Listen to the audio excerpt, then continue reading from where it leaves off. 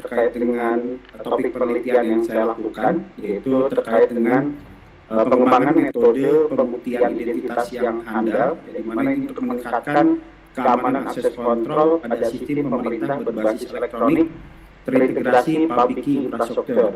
Untuk penelitian ini, saya dibantu oleh Bapak Hendrawan selaku promotor dan juga Bapak Mulyana selaku kopromotor.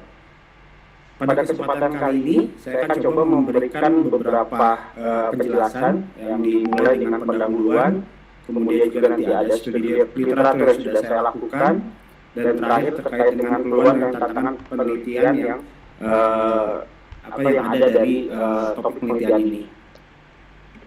Pertama terkait dengan pendahuluan, seperti kita ketahui ya, di Indonesia ini melalui Kementerian Komunikasi dan Informatika, saat ini Indonesia sudah memiliki peta jalan terkait dengan Indonesia Digital Nation ya, dari peta jalan tahun 2021 sampai dengan 2024, di mana Indonesia Digital Nation ini ada 4 pilar ya, prioritas yang memang diharapkan oleh pemerintah bisa mendongkrak terkait dengan kegiatan transformasi digital untuk seluruh Indonesia, di mana 4 pilar tersebut itu berbicara terkait dengan infrastruktur, kemudian infrastruktur untuk digital, kemudian ada juga pemerintahan digital, ada masyarakat digital, dan ekonomi digital. Nah, diharapkan dari 4 prioritas ini untuk peta jalan digital diharapkan bisa mempercepat proses transformasi digital di Indonesia. Nah, khusus untuk pemerintahan digital, pemerintah sendiri sudah menerbitkan Perpres ya, Perpres tahun 95 tahun 2018, di mana Perpres ini terkait dengan sistem pemerintah berbasis elektronik atau yang sering kita sebut dengan SPBE. Nah, Perpres ini adalah terkait dengan bagaimana pemerintahan digital itu bisa terselenggara dengan baik dan terarah, dan juga bisa sesuai dengan keinginan dari pemerintah sendiri. Karena mungkin dulu kita sempat mengenal istilah e-government ya. Nah, ini SPB ini adalah menggantikan istilah e-government yang dulu pernah kita sering dengar ya. Di SPB ini banyak hal yang akan dilakukan oleh pemerintah Indonesia, di mana SPB ini akan mengatur baik itu ke internal pemerintah sendiri maupun terkait dengan masyarakat atau ke eksternal ya. Dan di internal sendiri memang SPB ini diharapkan bisa melakukan tata kelola pemerintahan yang baik ya. Jadi lebih mendukung bagaimana nantinya yang dulu sering dilakukan terkait dengan mungkin pengadaan aplikasi, pengadaan infrastruktur gitu ya. Itu diharapkan nanti dengan SPB ini bisa diambil alih oleh pemerintah pusat ya. Dalam hal ini sebagai mengambil peran untuk menyediakan baik itu infrastruktur maupun aplikasi adalah Kementerian Kominfo ya. Dan memang diharapkan dengan adanya SPB ini tidak ada lagi data-data yang memang bersifat terpulau atau terpisah-pisah gitu ya, sehingga nantinya bisa memudahkan untuk integrasi. Dan di SPB ini juga ada istilah untuk nanti kedepannya adalah layanan interoperabilitas data ya, atau LID, di mana nanti antar instansi pemerintah itu bisa saling sharing data ya, dan juga nanti diharapkan setiap ASN itu pun memiliki akun ya untuk bisa mendukung satu data Indonesia. Nah, tetapi kita harus pahami di sini bahwa sistem elektronik ini juga memiliki banyak kekurangan ataupun banyak tantangan ya. Salah satu tantangan yang harus kita perhatikan di sini adalah terkait dengan ancaman keamanan informasi. Jadi kalau kita memang menyelenggarakan sebuah sistem elektronik, kita harus tahu apa saja sih risiko yang ada ya. Dan di sini mungkin ada beberapa ancaman yang bisa terjadi ya, terkait dengan malware, kemudian juga ada beberapa pencurian gitu ya, bisa mungkin dilakukan, yaitu terkait dengan kekayaan intelektual, pencurian identitas, pencurian perangkat dan informasi gitu ya. Dan yang saya highlight di sini adalah ancaman keamanan informasi terkait dengan pencurian identitas gitu ya. Nah, bagaimana pencurian identitas ini bisa dilakukan, yaitu banyak seseorang yang dia seolah-olah menjadi orang tersebut gitu ya. Jadi kita mengambil alih identitasnya, kemudian kita yang memang bukan orang tersebut adalah berpura-pura menjadi orang tersebut. Nah ini kalau kita lihat di Indonesia sendiri itu pencurian identitas saat kemarin-kemarin juga kita pernah mendapatkan informasi ada e-commerce yang memang datanya diambil ataupun datanya disebarkan di dark web gitu ya. Nah itu salah satu pencurian identitas yang memang akan disalahgunakan oleh orang lain untuk bisa berpura-pura menjadi kita. Bukan hanya di Indonesia, pencurian identitas pun banyak terjadi di belahan dunia lainnya ya, termasuk di Amerika. Saya ambil statistik dari statista.com di tahun 2020, di mana pencurian identitas ini terjadi dan digunakan untuk melakukan kejahatan seperti credit card fraud ya, di mana di Amerika itu sudah banyak aduan yang masuk terkait dengan credit card fraud gara-gara pencurian identitas gitu ya. Ada 393.207 pengaduan ya gitu ya, dan ini memang akan terus meningkat ke depannya, di mana semua sistem saat ini apalagi karena adanya pandemi semuanya serba online, sehingga seseorang mau tidak mau punya identitas digital untuk bisa dia bertransaksi di sistem elektronik. Nah dari kerawanan ataupun permasalahan yang ada, maka saya coba menggali lebih jauh terkait dengan identitas pencurian identitas ini gitu ya, atau identitas mengamankan identitas digital ya. Saya mencoba melakukan beberapa studi literatur untuk bisa bagaimana kita memperkuat ataupun mengamankan terkait dengan identitas tersebut. Ada beberapa paper yang saya coba pelajari, dan di sini saya coba sampaikan beberapa paper yang memang terhubung dengan topik penelitian itu terkait dengan bagaimana sebuah skema ya multimodal biometrik itu bisa mengidentifikasi seseorang apakah dia adalah dia gitu ya, di mana dari Tedico ini ya, di tahun 2005 mencoba menggabungkan beberapa metode yang ada terkait dengan biometrik ya. Jadi di biometrik ini kan kita punya banyak informasi ya yang bisa kita gali untuk membuktikan bahwa kita adalah kita ya. Di sini digabungkan antara tiga fungsi dari fingerprint, kemudian pengenalan wajah dan iris ya, di mana ini bisa mendeteksi bahwa kita adalah kita ya. Jadi kalau misalnya ada orang lain yang berpura-pura, dengan sistem ini itu bisa terdeteksi ya dengan adanya nanti dibandingkan dengan sebuah database terkait dengan sistem biometrik. Kemudian juga selain tiga hal tadi ya, ada pengenalan wajah, kemudian iris dan juga sidik jari. Di sini juga dari Bagas dan kawan-kawan melakukan penelitian terkait dengan palm print ya, identifikasi, sehingga dengan palm print ini juga diharapkan bisa memverifikasi seseorang gitu ya, dia adalah dia gitu lah. Dan di sana juga sama ya, sistemnya adalah membandingkan palm print yang ada dengan database yang sudah dibuat sebelumnya gitu ya, sehingga pada saat deteksi gitu palm printnya benar atau tidak gitu, dia terverifikasi atau tidak gitu ya, itu akan bisa dibuktikan dengan sistem yang dibuat oleh Bagas dan kawan-kawan ini.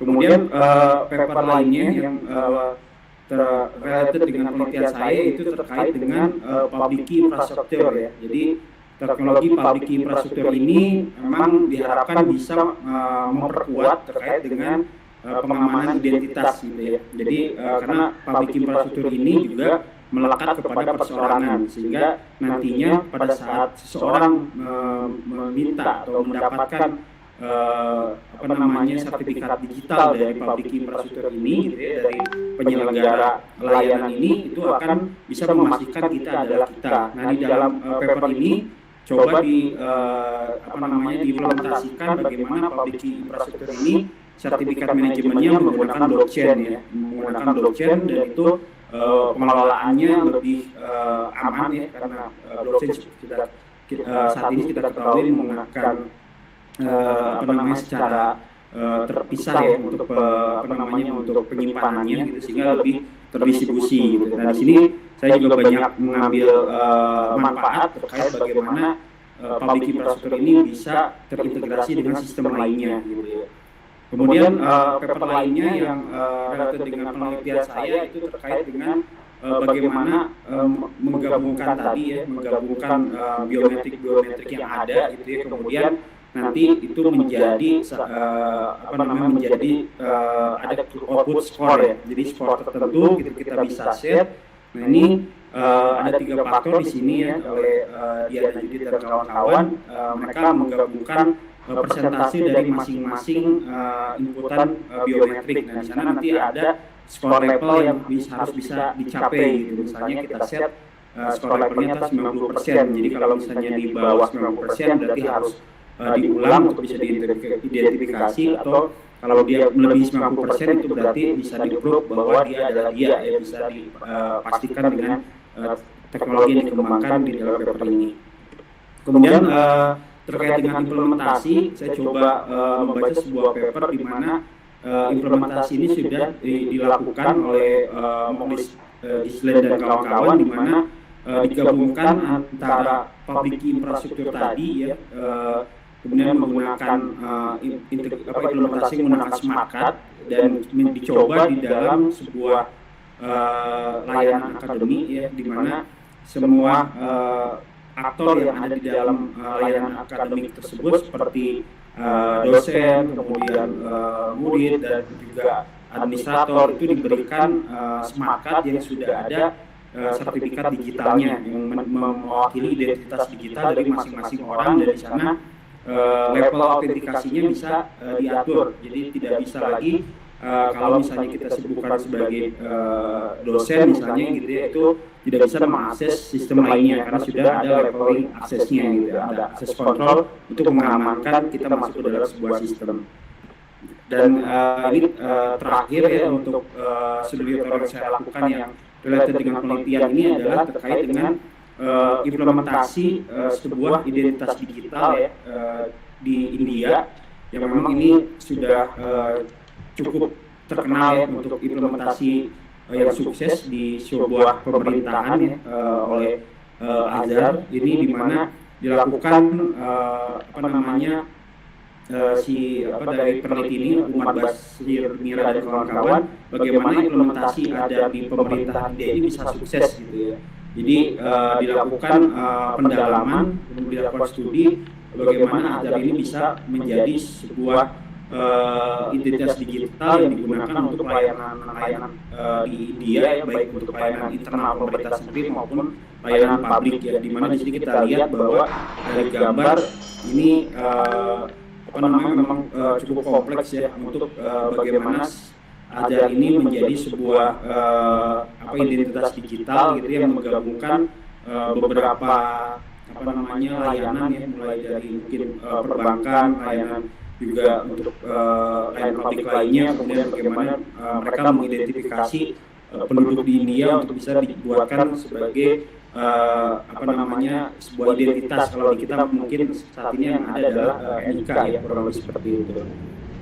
Nah, kemudian dari studi yang dilakukan itu muncul peluang dan tantangan ya. Jadi yang saya gali dan saya coba pelajari itu ada yang bisa saya usulkan dari penelitian ini nantinya. Permisi Pak Wawan, waktunya 5 menit lagi.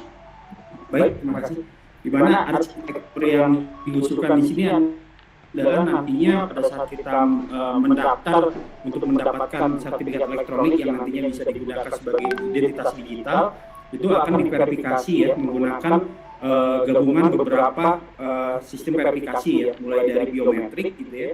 Kemudian nanti kalau di Indonesia itu menggunakan KTP, kita akan coba memanfaatkan NIK yang sudah ada gitu ya. Di sana bisa dibandingkan NIK kita, nama kita, tempat tanggal lahir, gender apakah sama atau tidak. Kemudian juga bisa ditambahkan nantinya adalah dengan sistem elektronik. Sistem elektronik di sini yang pertama berupa mapping ke antara NIK dan nomor handphone. Seperti kita ketahui beberapa tahun ke belakang itu kita kalau mempunyai nomor handphone gitu ya, membeli SIM card itu diwajibkan untuk mendaftar gitu ya, dan di sana kita diwajibkan memasukkan NIK ataupun nomor kartu keluarga gitu. Sehingga nantinya kita bisa mapping nih, kalau kita punya nomor handphone nanti pasti NIK-nya pun harusnya sama gitu ya. Kalau misalnya tidak sama itu tidak nantinya tidak muncul gitu data kita gitu.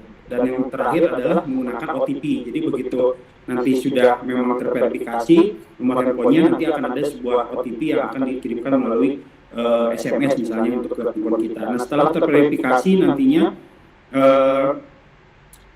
user bisa mendaftar ya ke Registration Authority atau RA. Di sini pun ada level untuk memverifikasi data kembali. Setelah kita verifikasi, nantinya request ini kita bisa arahkan ke Certificate Authority atau CA, di mana akan diverifikasi kemudian dilakukan approval. Nah, setelah di-approve, maka sertifikat kita akan disimpan di dalam Keystore server ya. Dan Keystore server ini akan nanti disinkronisasikan ke dalam CAS server atau Centralized Authentication Service ya, di mana nanti bisa digunakan untuk sertifikat elektroniknya di dalam CAS server ini untuk login seperti SSO kita ke mungkin di website ITB gitu ya, di aplikasi-aplikasi ITB itu bisa digunakan untuk SSO gitu ya, untuk login ke dalam aplikasi. Selain itu juga nanti pada saat kita mau menggunakan misalnya untuk tanda tangan gitu ya, untuk tanda tangan elektronik, nah ini memungkinkan juga. Jadi pada saat kita mempunyai sertifikat elektronik, memungkinkan kita untuk digunakan dua sekaligus ya, untuk login dan juga untuk tanda tangan elektronik di sebuah dokumen. Dan dari sini juga ada saya lihat ada dua peluang yang bisa kita ambil ya untuk sebagai kemungkinan penelitian gitu ya. Yang pertama adalah pengembangan metode pembuktian identitas ya, di mana dari pengguna ini kita bisa verifikasi identitasnya dengan menggabungkan beberapa komponen verifikasi ya, seperti tadi NIK, kemudian biometrik, ada liveness detection-nya, kemudian ada pencocokan antara NIK dan nomor handphone gitu. Jadi ini lebih menguatkan nantinya untuk mengidentifikasi seseorang dia adalah dia gitu. Kemudian yang kedua, kita bisa juga nantinya bisa mengintegrasikan ya sistem Central Authentication Service tadi dengan standar sertifikat X509 yang diambil dari teknologi public key infrastruktur ya, sehingga nantinya kita memiliki digital identity yang bisa diimplementasikan baik untuk login maupun untuk melakukan tanda tangan elektronik. Mungkin demikian dari saya terkait dengan rencana penelitian ataupun peluang-peluang yang kedepannya bisa kita gali lagi untuk bisa dijadikan sebuah output dari penelitian. Mungkin itu, terima kasih. Mungkin kalau ada pertanyaan silakan. Assalamualaikum warahmatullahi wabarakatuh. Waalaikumsalam warahmatullahi wabarakatuh. Terima kasih Pak Wawan, judulnya sangat menarik sekali penelitiannya. Mari Bapak Ibu, mungkin ada yang langsung bertanya, silakan. Pak Wawan, ini ada pertanyaan, saya bacakan ya Pak Wawan. Dari Pak Arif Sartono, pertanyaannya 1. Saat ini sidik jari dan bentuk wajah sudah bisa dipakai untuk identifikasi ketunggalan seseorang dengan smartphone dan sudah banyak disematkan ke smartphone sebagai fitur autentikasi. Nah, bagaimana dengan iris mata? Kemudian pertanyaan yang kedua, beda antara Indonesia dengan India seperti apa dalam implementasi identitas digital bila mengacu pada studi literatur terakhir? Mungkin Pak Wawan bisa dijawab pertanyaan dari Pak Arif Sartono ini. Silakan Pak Wawan. Ya, terima kasih Bu Susi, terima kasih juga Pak Arif atas pertanyaannya. Jadi tadi yang e-smart ya Bu ya, yang pertama ya? Iya, katanya bagaimana nih dengan iris mata itu Pak? Apakah bisa juga dipakai nih Pak? Katanya nih kayaknya seperti itu pertanyaannya ya Pak Arif ya? Iya. Iris mata itu memungkinkan Bu ya. Jadi dari biometrik tadi ada beberapa komponen yang bisa kita ambil ya. Tapi memang tantangannya adalah bagaimana nanti user ini bisa nyaman gitu ya. Jadi pada saat diverifikasi ini kadang kalau kita saat ini layanan yang ada gitu ya, untuk face recognition atau likeness detection saja, itu kadang mungkin membuat user itu merasa nggak nyaman gitu ya, karena harus melakukan verifikasi wajah, likeness misalnya biasa suka ngedip ataupun mangap ataupun tolek kanan tolek kiri gitu kan, kalau kita misalnya ada mendaftar di e-commerce gitu ya, kadang-kadang ya itu tingkat kenyamanannya memang harus kita perhatikan juga gitu ya. Dan secara teknologi ataupun teknis, iris mata itu memungkinkan ya untuk bisa menjadi salah satu komponen untuk menambahkan kekuatan dalam level verifikasi, seperti itu sih. Kemudian yang kedua terkait dengan pertanyaan dari Pak Arif juga ya, terkait bedanya antara yang implementasi ada di India dan di Indonesia. Mungkin kalau dari paper yang saya pelajari gitu ya, di India itu memang mungkin roadmapnya sudah bagus dari awal gitu ya. Jadi pada saat mereka mempunyai roadmap terkait dengan membuat sebuah identitas gitu ya, ataupun nomor seperti kita punya nomor NIK, itu mereka jelas akan nantinya seperti apa sih diintegrasikan ke layanan-layanan lainnya gitu ya. Jadi kalau di Indonesia mungkin bedanya adalah kita buat dulu nih ketunggalan identitas gitu, tapi pada saat implementasi belum ada rencana gitu ya. Jadi kalau kita sekarang punya NIK, punya KTP, itu masih banyak layanan-layanan yang minta fotokopinya gitu ya.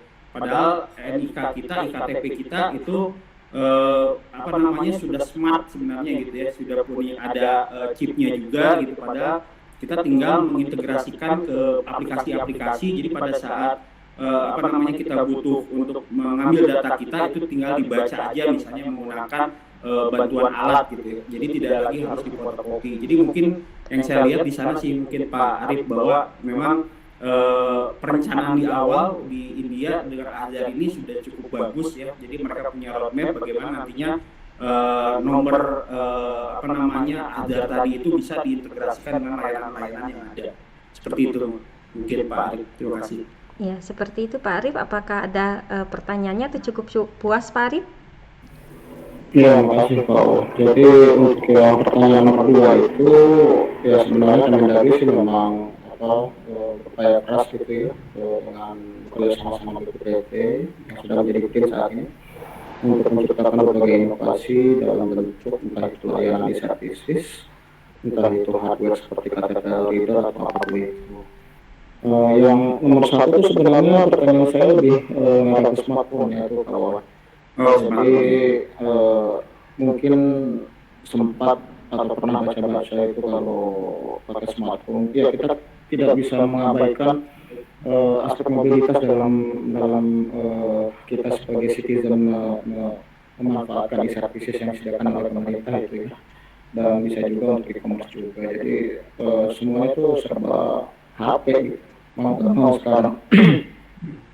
Jadi sangat praktis, dan yang mendongkrak keberhasilan e-commerce di Indonesia kan salah satunya memang gitu kan, di mana penetrasi nomor HP-nya itu satu orang bisa 2 sampai 3 nomor HP itu ya mungkin salah satunya itu untuk itu gitu.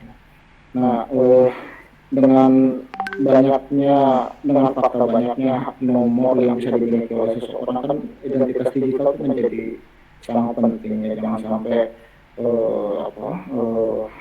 transaction fraud yang kayak gitu terjadi gitu. Di mana saat ini memang sudah banyak terjadi gitu ya. Itu jadi challenge kita bersama untuk mengatasi itu. Nah, balik ke pertanyaan nomor 1 ini, ya untuk yang identifikasi ketunggalan itu dalam menggunakan aplikasi kan sidik jari sama bentuk wajah itu sudah sangat lazim dipakai, bahkan kita pun keseharian itu absen menggunakan bentuk wajah, disuruh nyengir gitu, nggak pakai tolak kanan tolak kiri sih. Nah itu kalau iris mata apakah sudah pernah ada kajian atau sempat baca gitu kalau kita mau mengidentifikasi bahwa kita itu adalah kita gitu pakai smartphone itu dengan melotot gitu itu iris kita itu ketangkap gitu. Kalau dengan environment atau circumstances yang terang misalnya, dengan cara-cara tertentu pastinya ada keterbatasan sini kan. Nah itu Kalau kita sandingkan dengan kita daftar di KTP elektronik itu kan pakai kayak token tuh ya. Nah itu nggak praktis kan. Nah itu kalau misalnya pakai mobile phone atau smartphone itu apakah sudah ada pernah kajian-kajian yang mengarah ke situ yang kawan kebetulan sempat baca. Oke.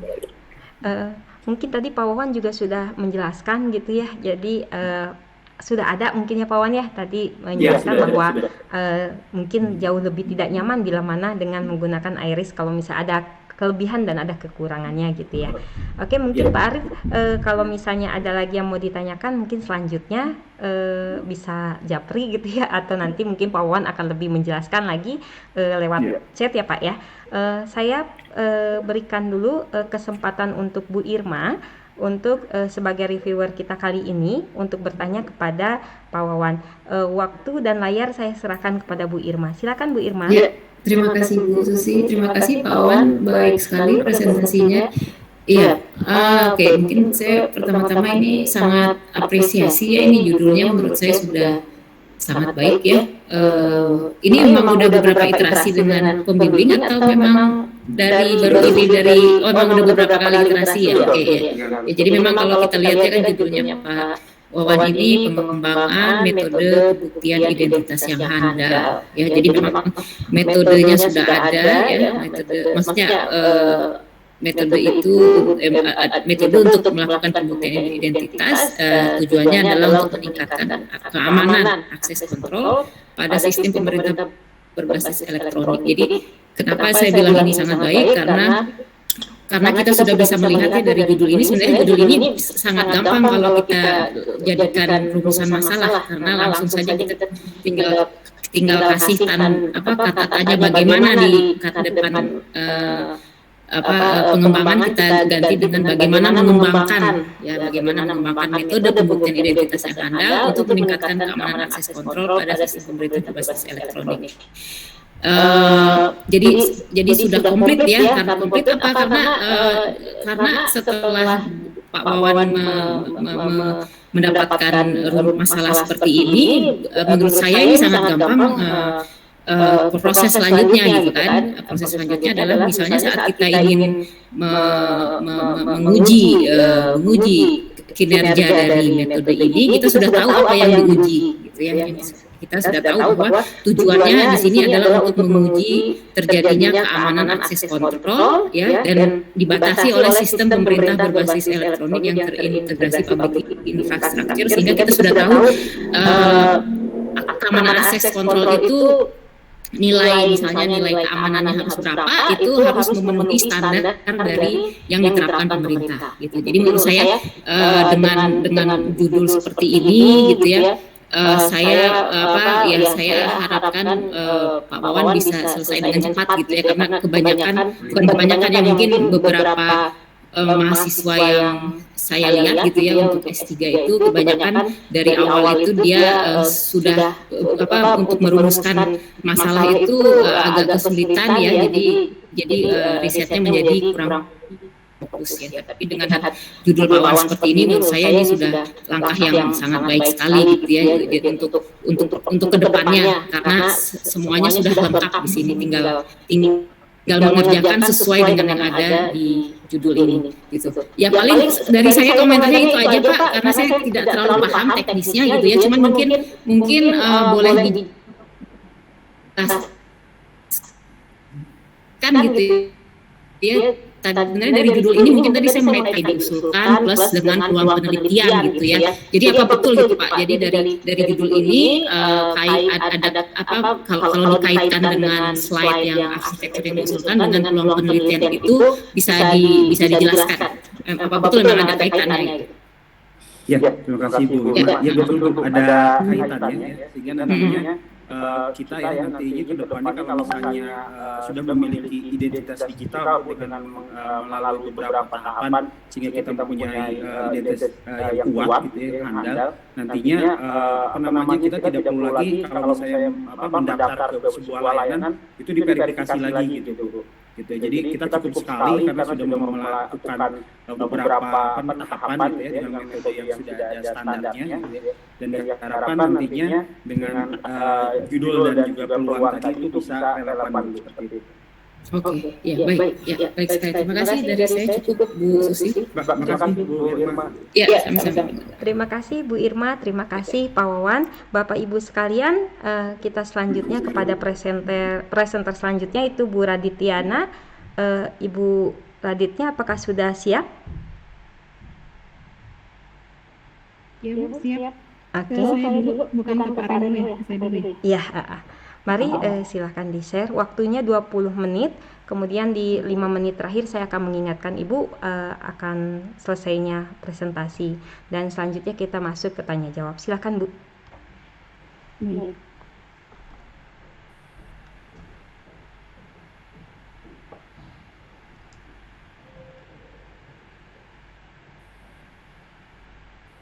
Apakah sudah muncul Bu Susi? Sudah Bu? Baik, nanti minta tolong di notif kalau misalkan slide-nya tidak berpindah atau ada gangguan ya Bu Susi. Baik.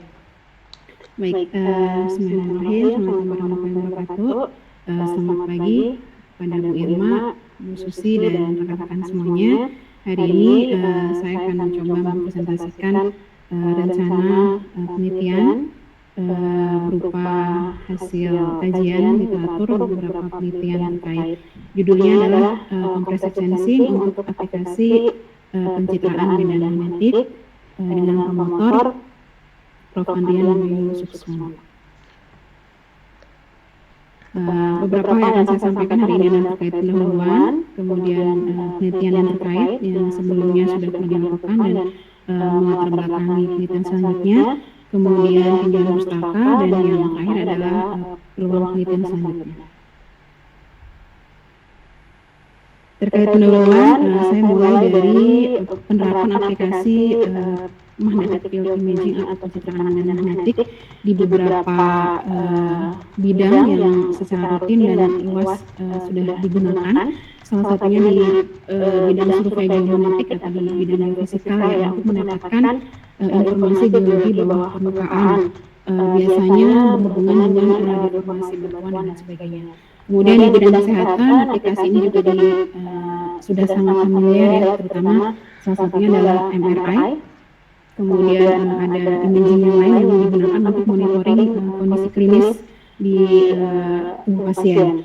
Kemudian di bidang industrial atau di pabrik gitu ya, digunakan untuk industrial testing, memonitor kualitas produk, bisa juga mengetahui kerusakan, misalkan ada di dalam rope awat ya, wire rope. Nah, salah satu prosedurnya adalah dengan non-destructive testing atau NDT. Jadi melihat kondisi di bawah permukaan dengan melihat basisnya adalah medan magnetik.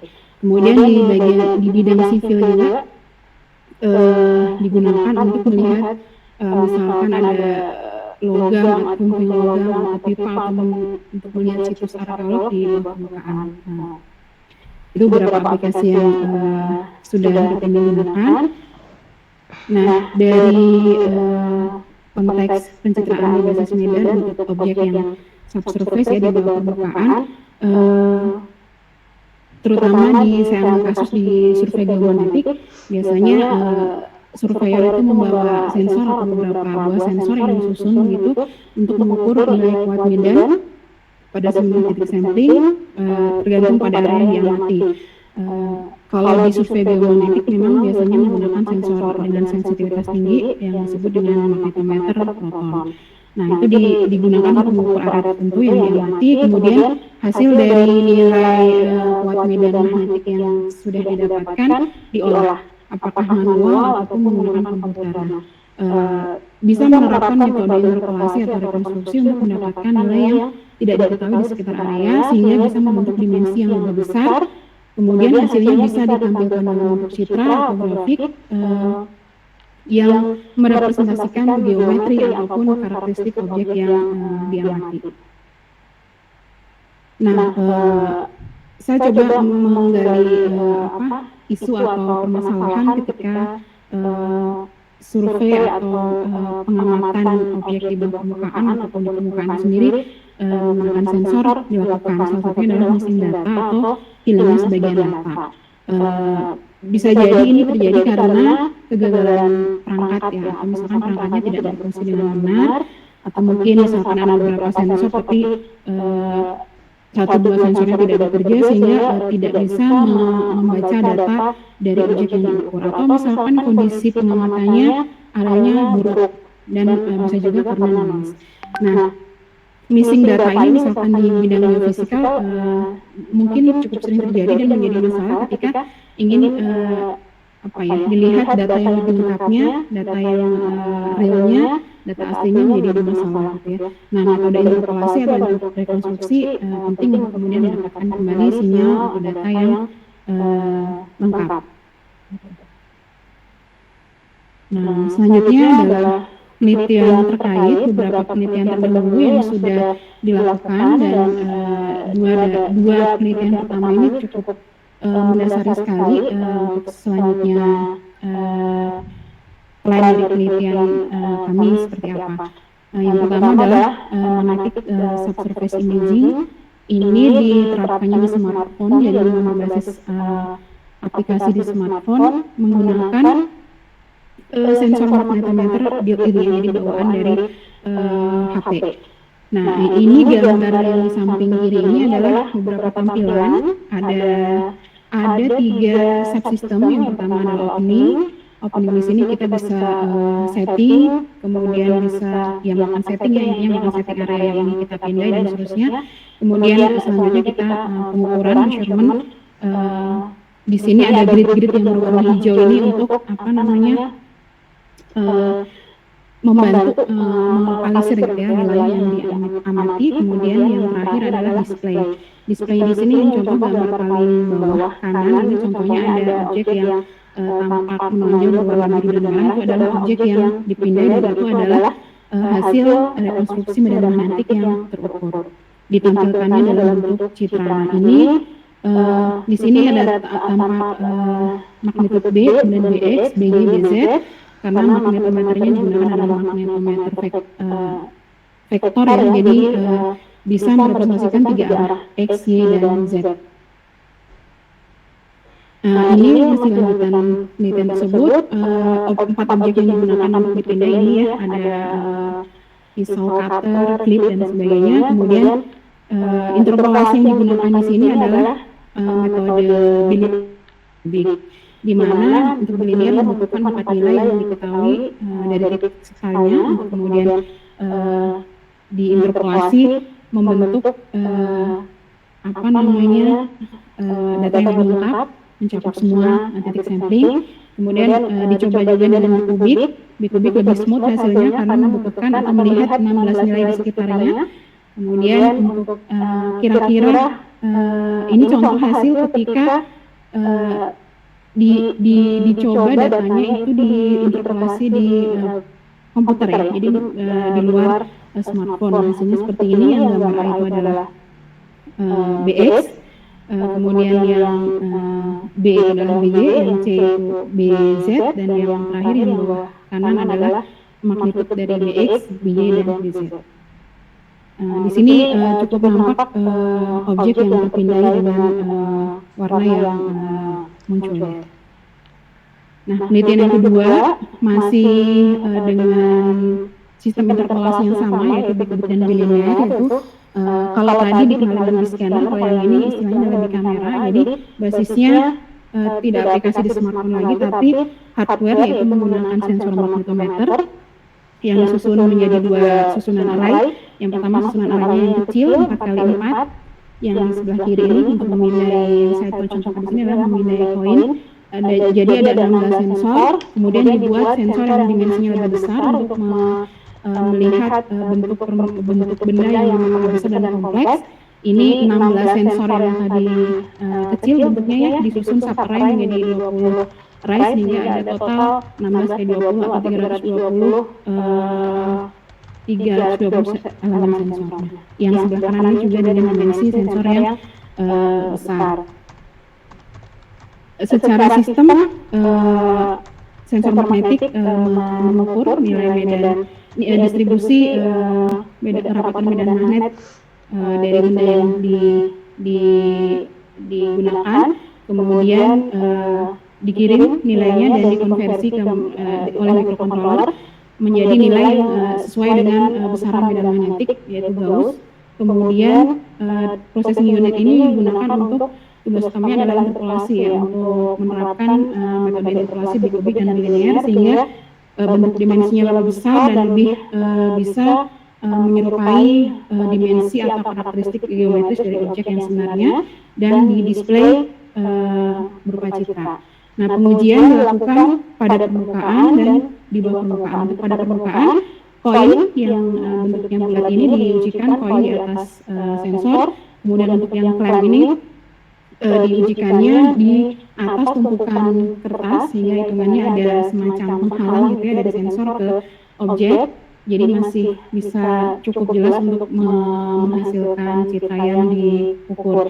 Kemudian selain benda logam dan sebagainya juga digunakan untuk objek ini kabel, ini sebenarnya kabel bermuatan ya, dicoba dengan arus yang berbagai macam, kemudian dihitung distribusi medan magnetnya.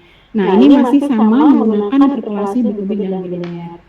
Kemudian penelitian yang terkait yang lain adalah di luar medan magnetik tapi masuk ke compressive sensing, karena itu yang akan saya coba angkat untuk penelitian selanjutnya, bahwa untuk rekonstruksi missing data, interpolasi klasik dan compressive sensing bisa dilakukan, dan di penelitian yang ketiga ini dibandingkan.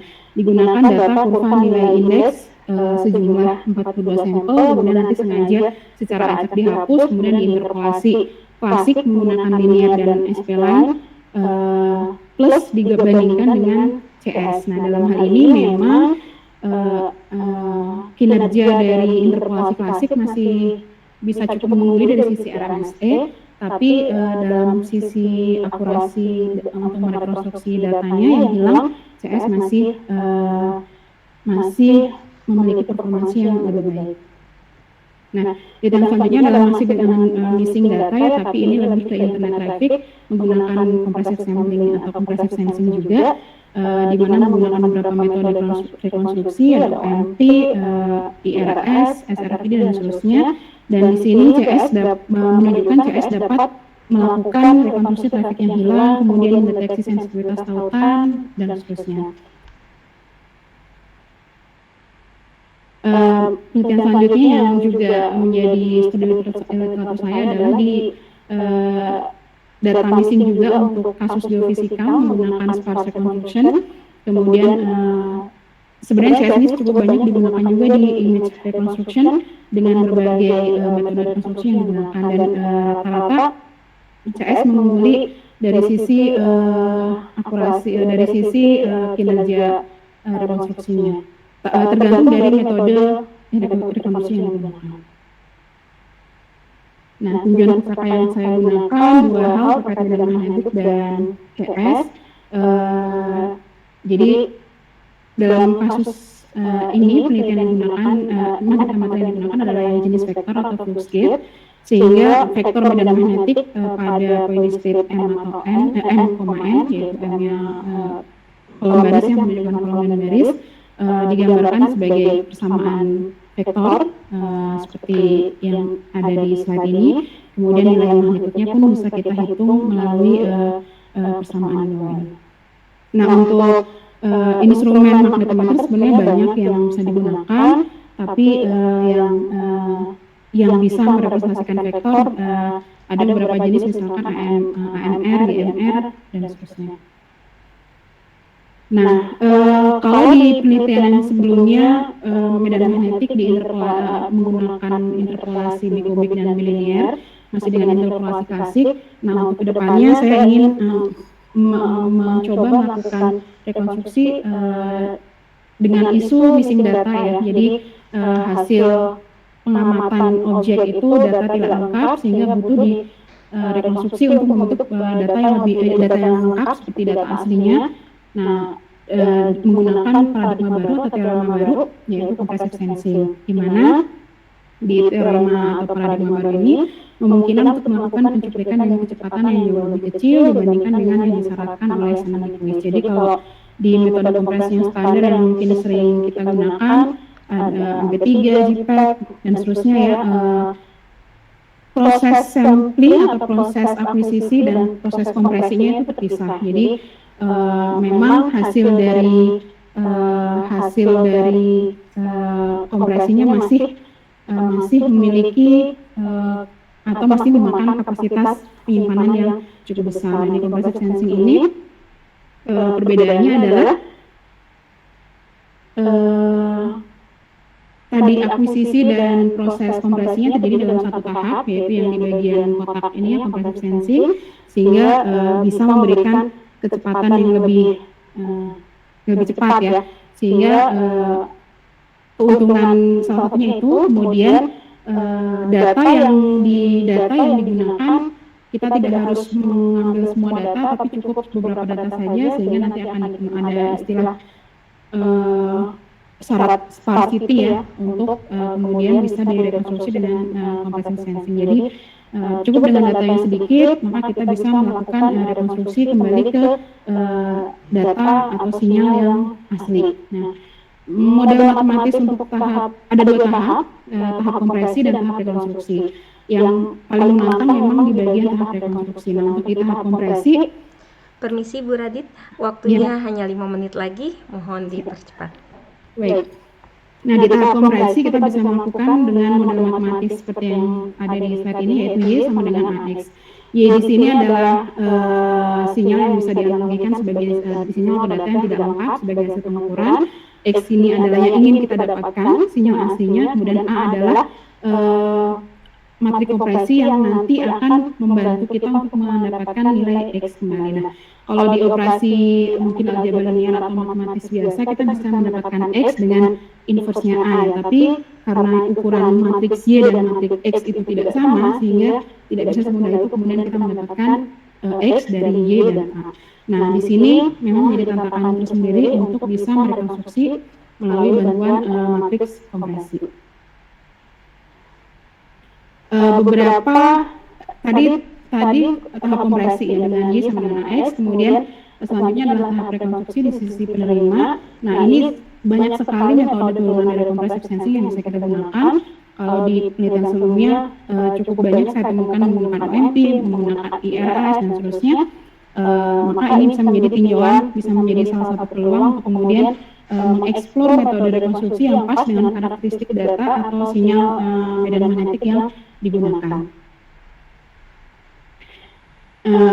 Ini adalah peluang penelitian yang coba saya gali dari studi literatur dan kemungkinan problem yang akan diangkat, yaitu bahwa CS dapat bisa mencoba untuk memanfaatkan CS pada aplikasi pencitraan medan magnetik, di mana yang sebelumnya masih menggunakan interpolasi klasik, yaitu bikubik dan bilinear. Nah, di sini kita bisa melihat performansi dari CS untuk kasus data yang tidak lengkap atau untuk kasus data yang hanya sedikit hasil pengukuran kita, data yang kita ambil yang kita ukur hanya sedikit samplingnya, maka bagaimana performansi CS untuk kemudian merekonstruksi kembali menyerupai atau sama dengan sinyal asli atau data yang asli. Kemudian mengeksplorasi metode rekonstruksi dari CS tadi yang cukup banyak disesuaikan dengan karakteristik dari sinyal atau medan magnetik yang akan digunakan. Nah, ini adalah referensi yang saya gunakan. Mungkin itu pemaparan dari saya. Terima kasih. Untuk selanjutnya saya serahkan kembali pada Bu Susi. Assalamualaikum warahmatullahi wabarakatuh. Waalaikumsalam warahmatullahi wabarakatuh. Terima kasih Bu Raditiana. Mari Bapak Ibu, bila mana ada yang mau ditanyakan bisa raise hand ataupun bisa menuliskan di kolom chat.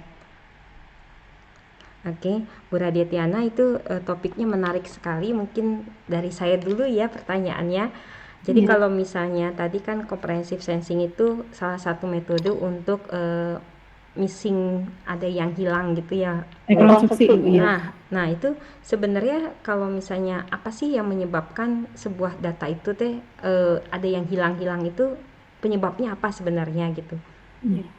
Baik, kalau tadi yang saya sampaikan dari studi literatur yang saya coba ambil kasus di geofisikal, kemudian di internet traffic Bu Susi, itu beberapa hilang karena failure apa ya kegagalan dari perangkat yang digunakan untuk sensinya untuk pengambilan datanya. Jadi ataupun karena kondisi pengamatan pada saat kita pengukuran atau melihat objek itu buruk sehingga data-data yang harusnya terbaca lewat sensor kita tidak terbaca gitu ya. Nah, sebenarnya missing data ini salah satu isu yang lain juga adalah yang sudah mulai dikomunikasikan dengan promotor, yaitu kalau di penelitian sebelumnya itu sensornya ray-nya besar gitu ya.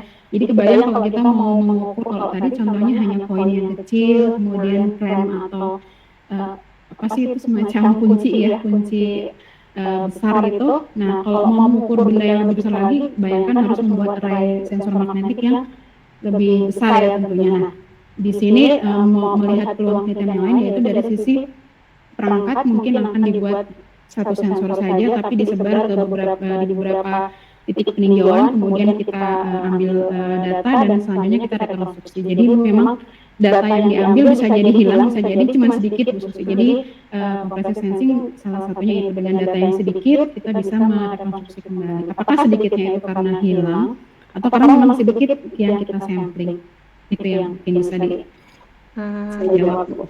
Ya, jadi emang salah satu metodenya itu dengan comprehensive sensing itu ya Mbak ya. Ya. Itu kalau misalnya risetnya sudah banyak gitu ya Mbak ya? Kalau terkait comprehensive sensingnya sendiri sudah banyak sekali, apalagi di medical imaging ya, MRI, CT dan sebagainya. Kemudian di jaringan juga cukup banyak, khususnya kemudian di baik untuk watermarking, untuk steganografi dan seterusnya cukup banyak. Tapi ini mungkin kurang, saya belum banyak literaturnya, tapi sejauh ini saya coba untuk mencari yang medan magnetik memang masih cukup minim gitu ya, terutama yang terkait dengan hardware sensor magnetometer yang digunakan. Gitu. Nanti bila mana penelitiannya nanti bakal ada perangkat-perangkat alat yang harus disediakan mungkin di lab yang mungkin ya Bu ya. Iya, betul. Kemungkinan akan ke alasan. Jadi sebenarnya alatnya itu juga ada, penelitian itu ada di ITB untuk di scanner dan di kamera itu. Jadi tapi kemungkinan kalau plannya sesuai dengan target gitu ya, maka akan dibuat perangkat yang lain yang lebih kecil. Iya. Penelitiannya sangat menarik. Mungkin Bapak Ibu hendak menambahkan masukan atau mengomentari, atau silakan, waktunya masih ada. Mari kalau misalnya begitu saya kembalikan lagi kepada reviewer kita Bu Irma. Silakan Bu Irma memberikan tanggapannya agar riset yang dilakukan Bu Radityana jauh lebih baik lagi. Silakan Bu. Oh ya, terima kasih Bu Susi.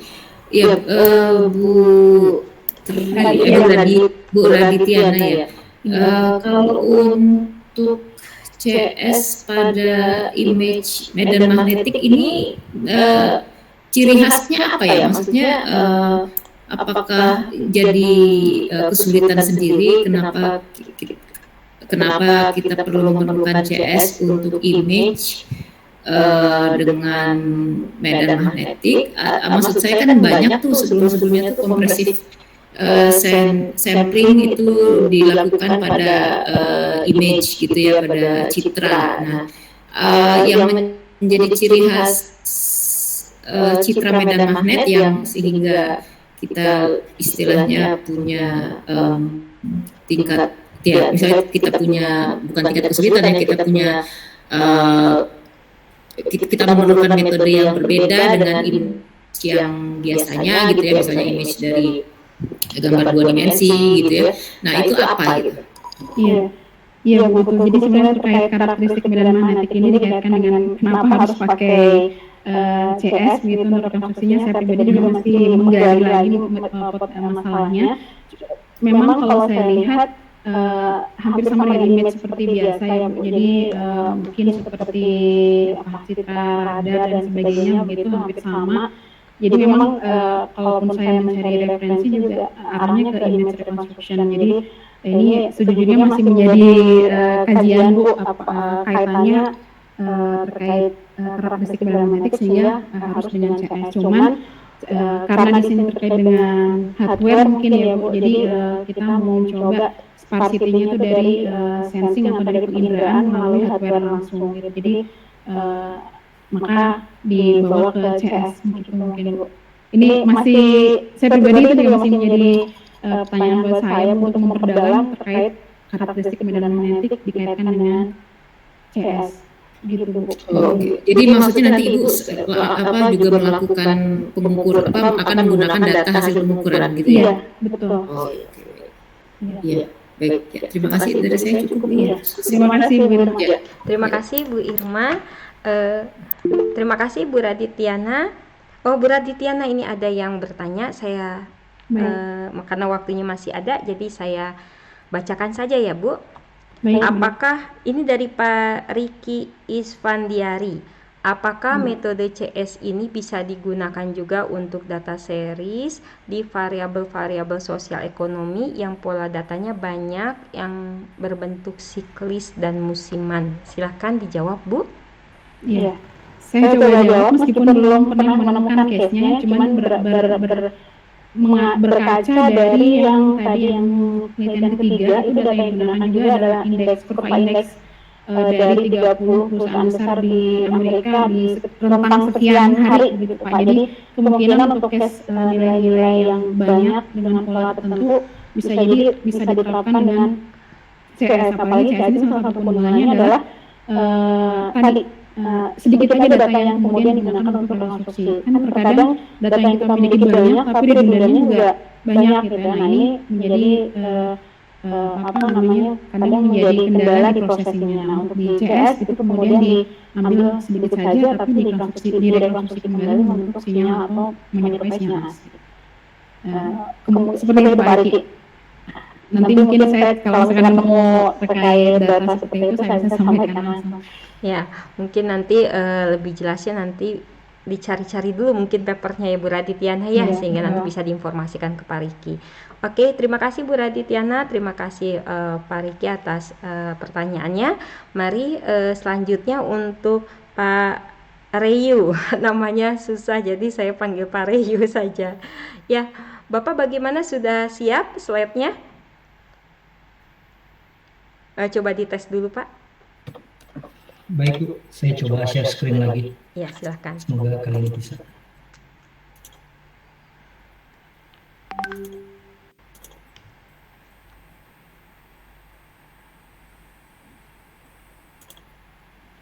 Apakah sudah kelihatan Ibu? Belum Pak? Oke, sekarang sudah Pak. Silakan Pak, waktunya 20 menit dari sekarang. Oh, masih loading ya. Oke. Saya jelaskan dulu ya Pak aturannya. Iya, sudah ada. Waktunya 20 menit Pak. Untuk paparannya 5 menit, nanti 5 menit terakhir saya akan coba ingatkan, kemudian nanti kita akan tanya jawab dalam waktu 10 menit. Silakan Pak Reyu untuk memaparkan presentasinya. Baik, terima kasih Bu Susi. Assalamualaikum warahmatullahi wabarakatuh dan selamat pagi. Sebelumnya saya mengucapkan terima kasih kepada Ibu Irma Zakia selaku reviewer yang telah meluangkan waktunya pada pagi hari ini, serta Ibu Nur Hayati dan Bapak Ibu peserta seminar penelitian 1 dan 2 Stay ITB. Nah, perkenalkan saya Reynaldo Salina Hasan dengan NIM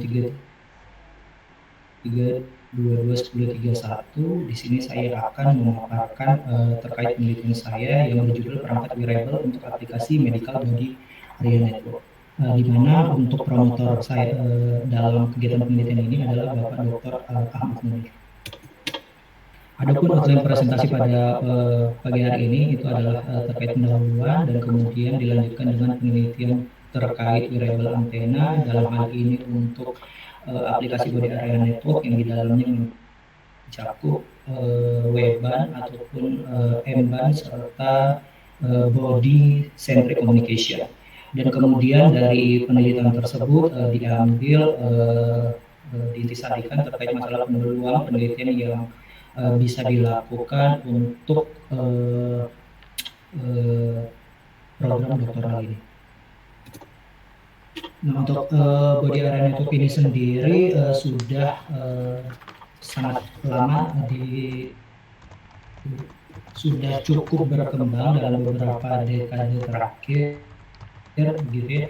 Kenapa? Karena body area network ini sendiri sebenarnya menjanjikan untuk dapat diaplikasikan pada berbagai bidang, seperti misalkan untuk bidang medis, di mana kita bisa melakukan monitoring kesehatan dan pasien juga bisa digunakan untuk keperluan sport gitu, dan juga bisa digunakan untuk keperluan militer. Nah, di sini secara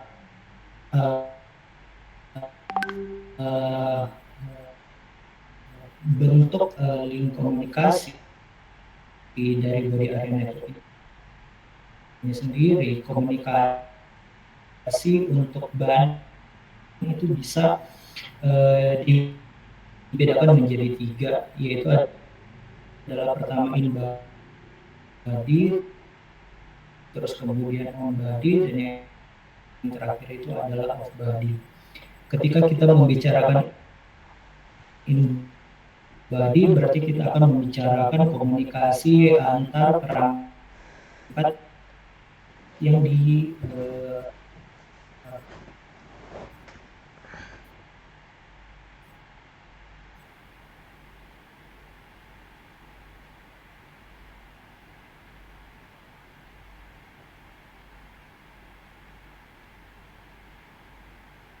implan di dalam tubuh manusia. Terus kemudian untuk on body sendiri ini adalah komunikasi yang dilakukan antar suatu perangkat yang berada atau diposisikan pada permukaan tubuh manusia, misalkan antar. Terus kemudian juga yang terakhir itu adalah off body, di mana untuk off body sendiri ini akan melibatkan komunikasi antar yang berada di luar tubuh manusia, di mana posisi eksternal qualifier tersebut itu akan berfungsi yang nantinya digunakan untuk untuk komunikasi on body ini sendiri itu antena di mana daerah aktivitas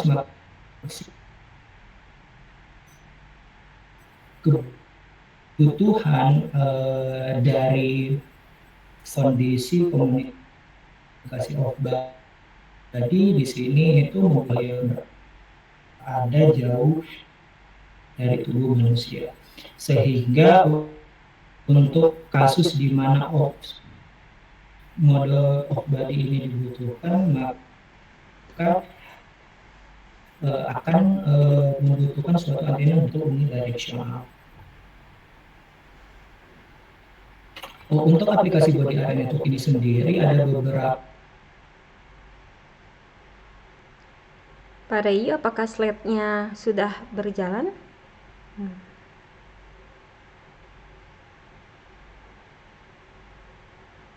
Oke, Pak Rey-nya mungkin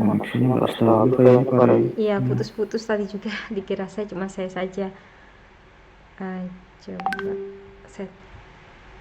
Coba saya kontak.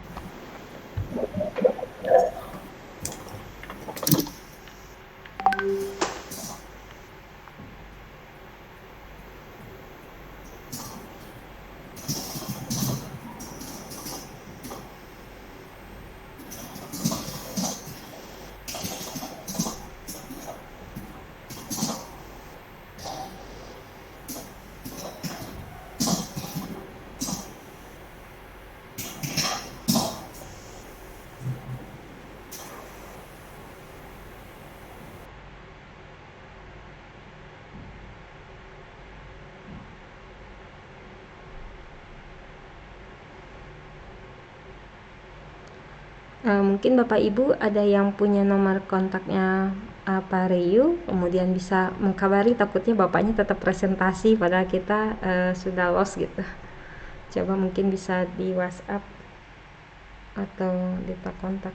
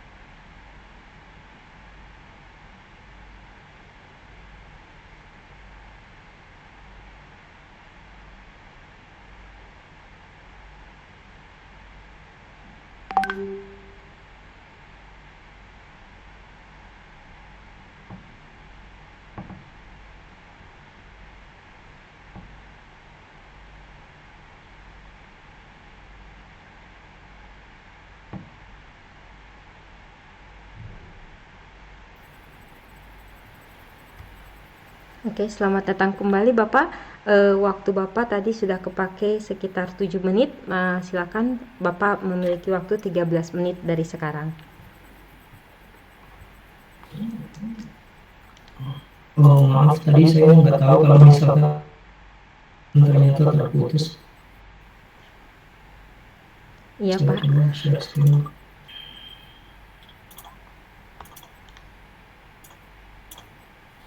Apakah sudah kelihatan, Bu? Belum Pak.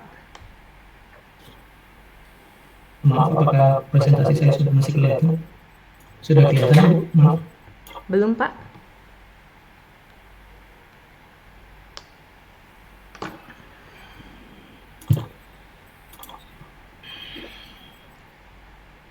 Masih loading Pak sekarang.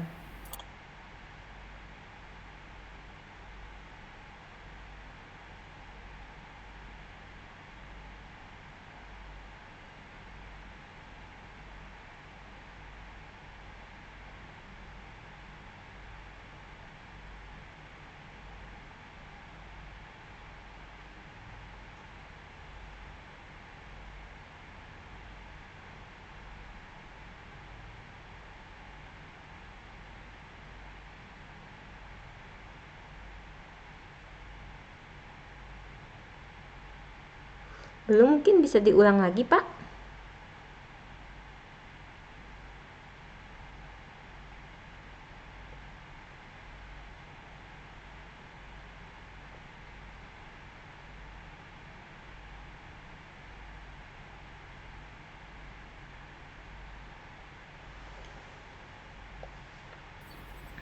Maaf, apakah presentasinya sudah kelihatan, Bu? Maaf, presentasinya sudah kelihatan. Kalau di saya belum Pak. Belum juga. Saya coba pakai HP. Ya, silakan Pak.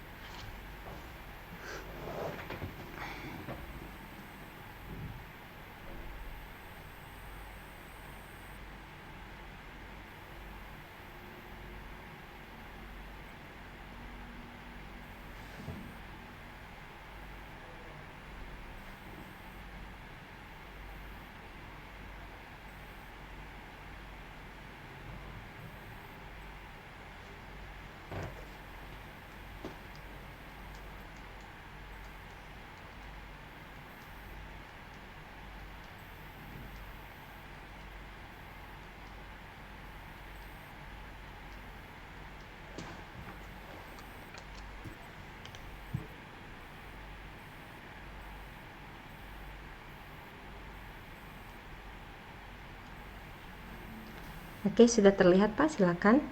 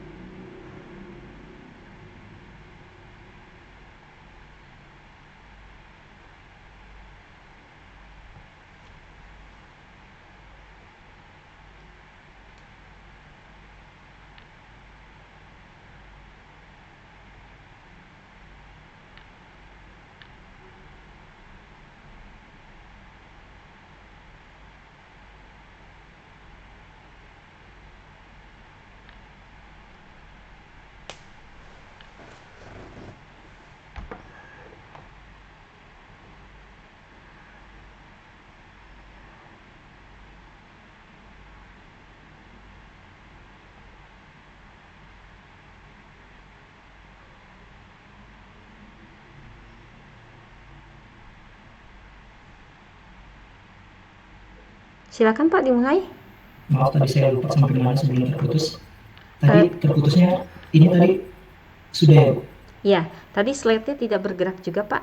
Dikira saya Bapak masih di bagian pendahuluan. Oh gitu. Oh iya, baik, saya coba mengulang sedikit. Secara komunikasi itu ada 3, yaitu adalah in-body, terus kemudian on-body, dan kemudian ada off-body. Untuk in-body berarti komunikasi antar perangkat implementable yang diimplement di dalam tubuh manusia. Terus kemudian untuk on-body ini adalah untuk komunikasi antar perangkat wearable yang diletakkan di permukaan tubuh manusia. Sedangkan untuk off-body ini adalah untuk komunikasi antar perangkat wearable dengan device eksternal. Untuk on-body di sini dibutuhkan antena dengan direktivitas maksimum di seluruh tubuh, sehingga dibutuhkan pola radiasi omnidirectional. Sedangkan untuk off-body dibutuhkan suatu antena dengan direktivitas maksimum pada suatu arah tertentu, sehingga dibutuhkan pola radiasi yang directional atau unidirectional. Terus kemudian untuk aplikasi medical body area network ini sendiri itu memanfaatkan komunikasi antar perangkat yang berada di dalam dan permukaan tubuh manusia, di mana nantinya sensor akan memberikan informasi berupa detak jantung, temperatur, tekanan darah, ECG, EEG, dan level pH. Dan di sini dalam proses implementasinya dibutuhkan suatu antena untuk proses komunikasi, dan kinerja dari antena sendiri menjadi sesuatu hal yang vital karena dapat mempengaruhi kinerja sistem secara keseluruhan. Nah, terkait masalah suatu antena, di sini antena untuk aplikasi medical body area network membutuhkan suatu antena dengan sifat wearable, di mana memiliki dimensi yang relatif kecil karena keterbatasan ruang ketika harus memiliki nilai SAR yang rendah, di mana nilai SAR ini menyatakan suatu besar energi dari gelombang elektromagnetik yang diserap oleh tubuh manusia. Untuk aplikasi perangkat wearable di sini FCC sudah mengatur nilai SAR maksimum itu adalah 1,6 watt per kilogram untuk 1 gram tisu. Dan kemudian antena juga harus memiliki sifat fleksibel karena bentuk permukaan tubuh yang tidak selalu datar, seperti misalkan ketika antena harus diletakkan di permukaan di lengan dan kemudian di pergelangan tangan. Dan kemudian efisiensi dari radiasi antena tentu saja harus tinggi karena di sini menyatakan seberapa besar daya yang akan diradiasikan oleh antena tersebut. Nah, karena antena diletakkan dekat dengan tubuh, maka akan muncul yang namanya efek coupling yang akan menyebabkan pergeseran frekuensi resonansi, di mana untuk kasus ketika lebar pita fraksional dari suatu antena terbatas dan terjadi yang namanya pergeseran frekuensi, maka kinerja sistem akan mengalami penurunan. Terus kemudian pengaruh lain itu adalah perubahan impedansi masukan antena, di mana hal ini akan berhubungan dengan kesesuaian impedansi. Dan antena dengan tubuh itu akan menyebabkan penurunan efisiensi radiasi karena sebagian daya akan diserap oleh tubuh manusia. Dan kemudian juga akan terjadi perubahan pola radiasi terkait masalah kesalahan dalam proses transmisi. Ini adalah beberapa penelitian terkait antena wearable untuk aplikasi body area network ataupun body centric wireless communication. Di mana di sini saya mengklasifikasikan berdasarkan penggunaan frekuensi, baik untuk frekuensi tunggal, frekuensi ganda atau dual band, ataupun penggunaan 3 frekuensi resonansi.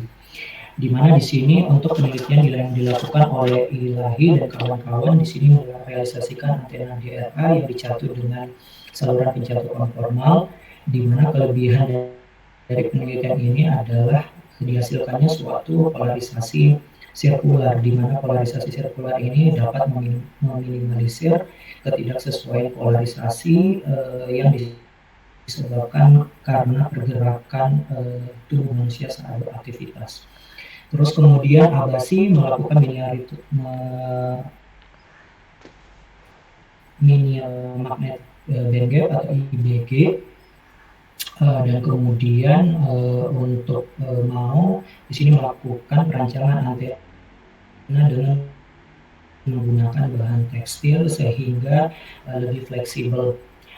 Namun untuk ketiga penelitian ini terbatas penggunaannya hanya untuk satu mode komunikasi saja. Terus kemudian Masud dan kawan-kawan serta Mendes melakukan penelitian dengan menggunakan dua frekuensi, dengan menggunakan satu frekuensi tetapi mampu mendukung komunikasi on body maupun off body, gitu. Di mana Masud dan Mendes ini memanfaatkan dua elemen perradiasi yang juga melakukan hal yang sama, tetapi penelitian tersebut memanfaatkan pin dioda untuk mengaktifkan mode komunikasi untuk on body ataupun off body. Nah, sama halnya dengan sebelumnya, di sini untuk kasus di mana antena ini direalisasikan itu akan sangat bergantung terhadap eksitasi atau catu terhadap elemen antenanya, dalam hal ini portnya, gitu. Sehingga secara aplikatif menjadi kurang begitu efektif. Selain itu juga lebar pita fraksional yang dihasilkan juga sangat rendah untuk ketiga penelitian ini. Terus kemudian penggunaan dual band dilakukan oleh peneliti Xiaomu, Yin, Zhang, dan Yang, di mana di sini penelitian ini memanfaatkan antena dengan konfigurasi berbentuk kancing atau datar antena, di mana untuk penggunaan dual band ini memiliki ketebalan antena yang cukup besar dibandingkan antena dengan single band. Kenapa? Karena dia harus dikonfigurasi dengan menggunakan multilayer. Terus kemudian Syakib, Sambandam, dan Lee juga melakukan penelitian terkait antena untuk aplikasi band, tetapi di sini memanfaat 3 frekuensi. Namun dalam realisasinya juga sama dengan dual band, gitu. Di sini dia memanfaatkan multilayer sehingga ketebalan antenanya menjadi meningkat. Dan salah satu kelemahan lain untuk satu komunikasi saja yaitu adalah off body. Ada penelitian lain penggunaan frekuensi tunggal tetapi dikhususkan untuk aplikasi medical body area network yang dilakukan oleh Asyap, Jiang, dan juga Kau, di mana di sini Asyap dan Jiang ini sendiri melakukan penelitian di mana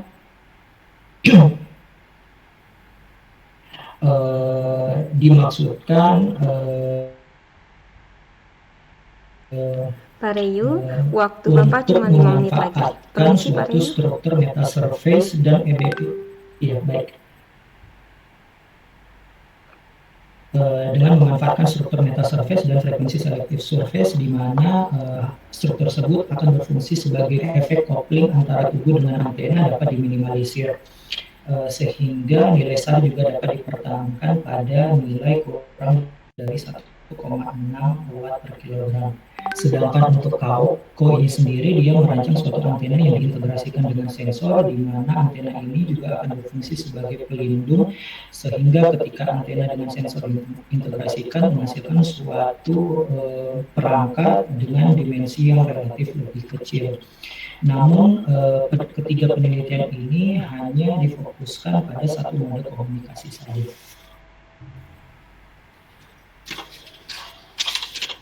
Nah, ini adalah Ini adalah resume dari beberapa penelitian yang sudah saya jelaskan sebelumnya, di mana di sini dilihat dari sisi parameter hasil pengukuran ketika diimplementasikan pada suatu tubuh manusia.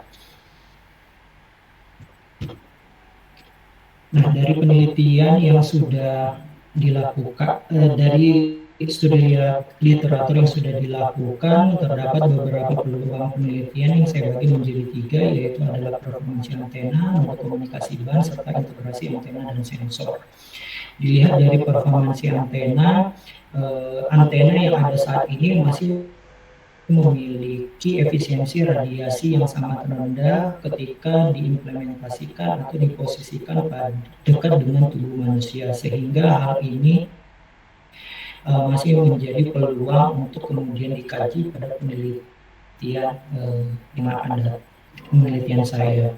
Terus kemudian di sini ini adalah komunikasi untuk aplikasi spesifik untuk medis, ini hanya difokuskan pada satu mode komunikasi saja, sehingga masih memungkinkan untuk dilakukan pengembangan untuk mendukung 2 mode komunikasi. Selain itu, integrasi antena dan sensor untuk aplikasi ban, termasuk M-ban, di sini masih sedikit dilakukan, sehingga peluang untuk masuk ke bidang ini juga masih sangat luas, dan kalaupun ada yang sudah merealisasikan hal ini, tetapi perangkat tersebut memiliki efisiensi yang sangat rendah. Dan demikian presentasi dari saya kembalikan ke Ibu Susi. Terima kasih Pak Reyu, risetnya sungguh menarik sekali, apalagi terkait dengan perangkat wearable untuk bidang kesehatan ya, ada juga ya bidang kesehatan ya Pak Reyu ya. Oke, mungkin Bapak Ibu ada yang mau ditanyakan, silakan raise hand atau bisa di kolom chat. Sambil menunggu yang lain bertanya, mungkin pertanyaan dari saya saja dulu ya Pak Reyu. Kalau misalnya tadi ada beberapa peluang riset yang ya, dari tadi ada di bagian antena, kemudian juga ada di M-bannya ataupun di perangkat sensornya. Kiranya kalau misalnya Pak Reyu nih, kiranya untuk ke arah mana gitu dari ketiga tadi, sepertinya untuk riset kedepannya yang bagian M-bannya atau di bagian antenanya Pak Reyu, silakan. Baik, jadi untuk penelitian saya ini nantinya memang akan difokuskan pada perangkat radio frekuensinya untuk komunikasi, dan memang untuk antena yang nantinya akan direalisasikan dan diintegrasikan dengan sensor ini memang dimaksudkan untuk satu aplikasi spesifik, yaitu untuk medical body area network, seperti itu Ibu. Kalau misalnya jadi antenanya nanti itu atau perangkat wearable-nya itu untuk aplikasi M-band. Kalau misalnya di yang saya ketahui kan sudah cukup banyak juga yang membahas tentang M-band ya Pak ya. Nah, kalau oke, ini mungkin ada yang dari Bu Trinopianti Damayanti. Mungkin saya bacakan terlebih dahulu ya Pak. Pak, untuk material antenanya apakah berpengaruh terhadap efisiensi radiasinya? Mungkin seperti itu pertanyaannya Pak, silahkan dijawab. Baik, saya coba menjawab. Dari pengalaman penelitian yang sudah saya lakukan, jadi setiap material, misalkan kita menggunakan suatu material dielektrik atau substrat, itu dia memiliki suatu nilai taman loss yang berbeda-beda, di mana taman loss ini nantinya itu akan mempengaruhi istilahnya memberikan rugi-rugi dari suatu performansi antena, di mana biasanya semakin tinggi besar dari taman loss dari suatu antena tersebut, maka dapat membuat efisiensi radiasi dari antena akan semakin menurun. Kenapa? Karena sebagian besar daya juga bisa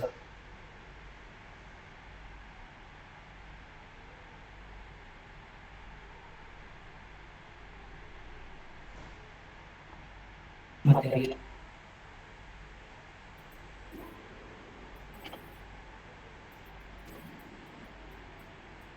Oke, sejauh ini mungkin saya kesimpulkan ada pengaruhnya gitu ya Pak ya, radiasi terhadap radiasinya tersebut material itu ya Pak ya. Iya, Oke.